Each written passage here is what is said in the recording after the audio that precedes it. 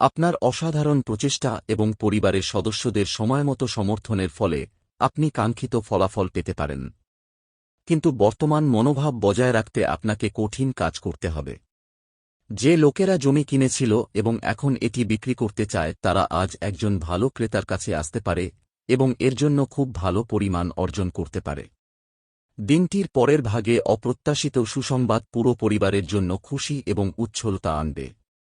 সন্ধ্যার জন্য বিশেষ কিছু পরিকল্পনা করুন এবং সেটিকে যতটা সম্ভব রোম্যান্টিক করে তোলার চেষ্টা করুন। স্থগিত প্রকল্প এবং পরিকল্পনা চূড়ান্ত রূপ নিতে চলেছে। আপনার মনে রাখা প্রয়োজন যে ঈশ্বর তাদেরই সাহায্য করে যারা নিজেদের সাহায্য করে।